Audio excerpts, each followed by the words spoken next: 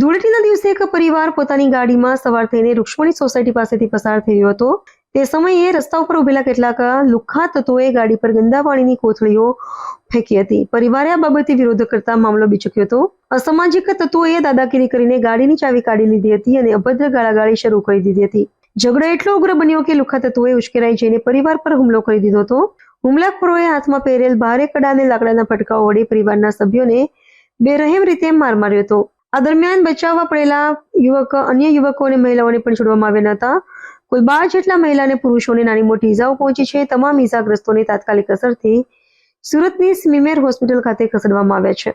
આ હુમલાની સમગ્ર ઘટના નજીકમાં લાગેલા સીસીટીવી કેમેરામાં કેદ થઈ ગઈ છે। ફૂટેજમાં સ્પષ્ટપણે જોઈ શકાય છે કે કઈ રીતે લુખ્ખા તત્વો રસ્તા પર આતંક મચાવી રહ્યા છે અને નિર્દોષ લોકોને નિશાન બનાવી રહ્યા છે। ઘટનાની જાણ થતાં જ પોલીસનો કાફલો સ્મીમેર હોસ્પિટલ દોડી ગયો હતો અને ઈજાગ્રસ્તોના નિવેદન નોંધવાની તજવીજ હાથ ધરી હતી। પોલીસે સીસીટીવી ફૂટેજ કબજે કર્યા છે અને તેના આધારે હુમલાખોરોની ઓળખ કરી તેમને ઝડપી પાડવા માટે કાર્યવાહી હાથ ધરી છે।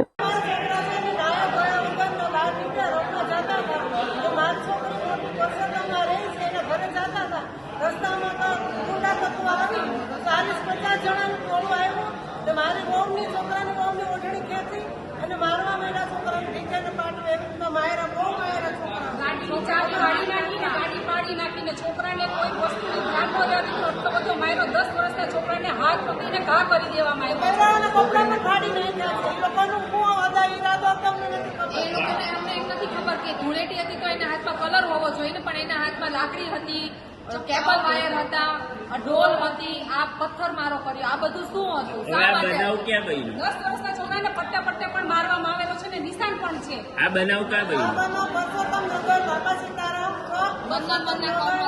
નંદનવનની ખૂણે। સામે કોણ હતા? કોણ સામે ભરવાડ હતા?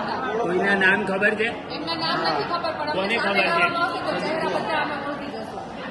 એમાં 2-3 ના નામ છે ખબર।